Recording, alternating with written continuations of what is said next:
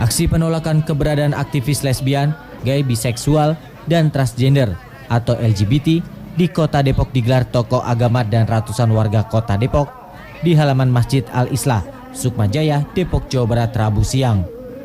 Selain menggelar aksi penolakan, para tokoh agama dan warga juga mendeklarasikan dukungan kepada pemerintah Kota Depok atas langkah tegas untuk merazia segala aktivitas kelompok LGBT di Kota Depok. Para tokoh agama dan warga menilai keberadaan LGBT sangat bertentangan dengan moto Kota Depok sebagai kota religius. Terlebih, kasus yang menimpa warga Depok Reinhard Sinaga yang dinilai warga mencoreng nama baik Kota Depok. Kita semuanya bahwa kita yakin bersama bahwa LGBT itu sebuah penyakit yang bukan untuk dilindungi tapi untuk disembuhkan. Ada banyak dengan melindungi LGBT bukan berarti menjadikan sebuah solusi atas keberlangsungan warga Kota Depok ini, keamanannya terutama. Oleh karena itu kami berharap pemerintah Kota Depok terus laksanakan apa yang telah diperdakannya, apa yang telah diinstruksikannya, yaitu merazia LGBT. Rencananya para tokoh agama dan masyarakat Kota Depok akan mendatangi kantor Komnas HAM untuk meminta Komnas HAM mencabut surat yang dilayangkan ke Wali Kota Depok terkait permintaan pembatalan razia LGBT dan permintaan perlindungan bagi kelompok minoritas orientasi seksual dan identitas gender. Sebelumnya, Wali Kota Depok mengeluarkan kebijakan untuk melakukan razia aktivitas kelompok LGBT di Kota Depok, Jawa Barat. Pemkot Depok juga membentuk krisis center khusus korban terdampak LGBT pasca mencuatnya kasus Reinhard Sinaga. Ronaldo Jerry, JAK TV. Iya, pemirsa masih bersama kami dalam Newsroom dan masih membahas terkait polemik razia LGBT di Depok. Dan sudah bergabung juga bersama kami di studio ada Bapak Babe Suhaimi, ini selaku anggota DPRD Kota Depok dari fraksi PKB. Selamat siang Pak, selamat datang di JAK TV.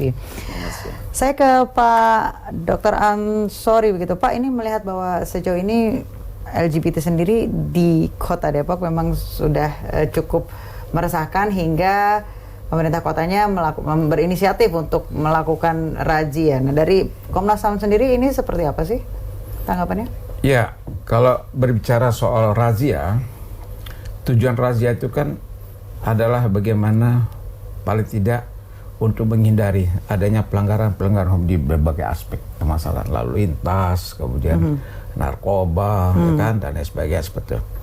Jadi kalau mungkin yang lebih bisa menjelaskan dari Pemkot ya, tapi menurut saya di setiap pemerintah daerah itu sudah ada aturan-aturannya sendiri, perda dan sebagainya.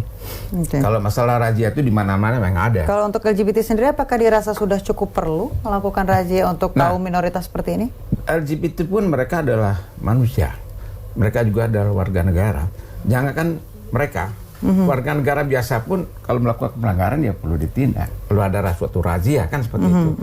Nah, sejauh mana tindakan ya ada pelanggaran hukum yang dilakukan oleh mereka, yaitu perlu ditegakkan hukum kan begitu. Nah, sekarang misalnya apakah ada tindakan-tindakan yang dianggap melanggar hukum terhadap mereka sehingga perlu dilakukan razia seperti itu. Baik. Ya, jadi kalau ada ya jangankan mereka, siapapun pelanggar hukum ya harus ada tindakan gitu, yang dirasa melawan hukum dulu baru boleh dilakukan razia. Kita kan negara hukum. Baik, saya ke Pak Babe. Pak Babe, sejauh ini untuk terkait razia yang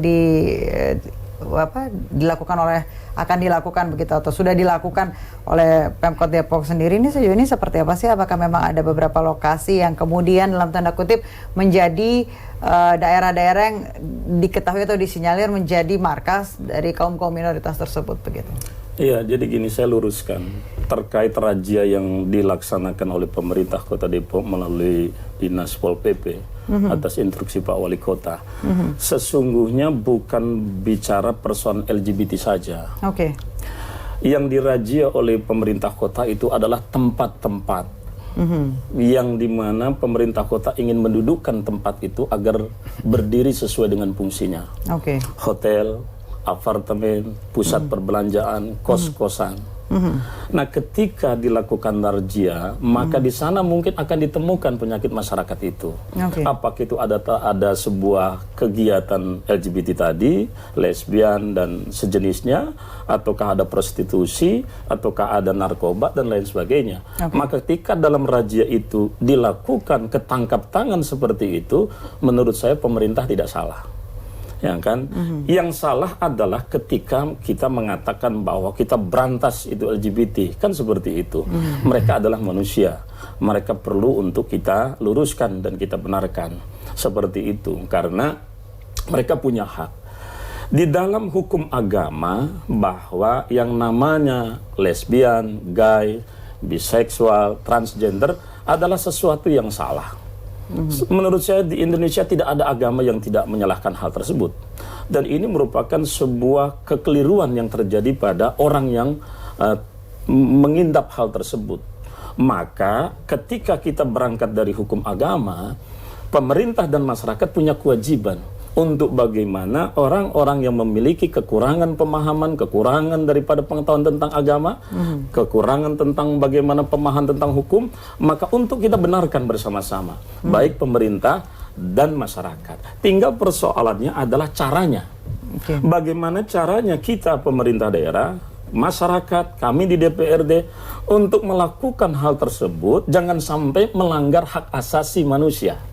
Baik dari sisi kata, nggak boleh kita berantas, mereka bukan hama, kan begitu, mereka bukan sebuah benda yang, tetapi mereka adalah manusia, punya hati dan perasaan, kita sentuh lewat itu, artinya ini adalah manusia, LGBT ini manusia, maka caranya harus kita manusiakan juga. Bagaimana caranya? Yang pada akhirnya mereka tidak merasa didiskriminasikan, mereka tidak merasa dikriminalisasi, tetapi mereka merasa diomongi dan diorangi untuk kita luruskan daripada perbuatannya itu. Baik, berarti ini adalah razia lokasi-lokasi yang berada di Kota Depok yang mungkin disinyalir ada terdapat penyakit masyarakat, dan termasuk itu sendiri LGBT juga, begitu ya Pak? Ya, razia itu sendiri juga tentu atas dasar adanya pengaduan masyarakat.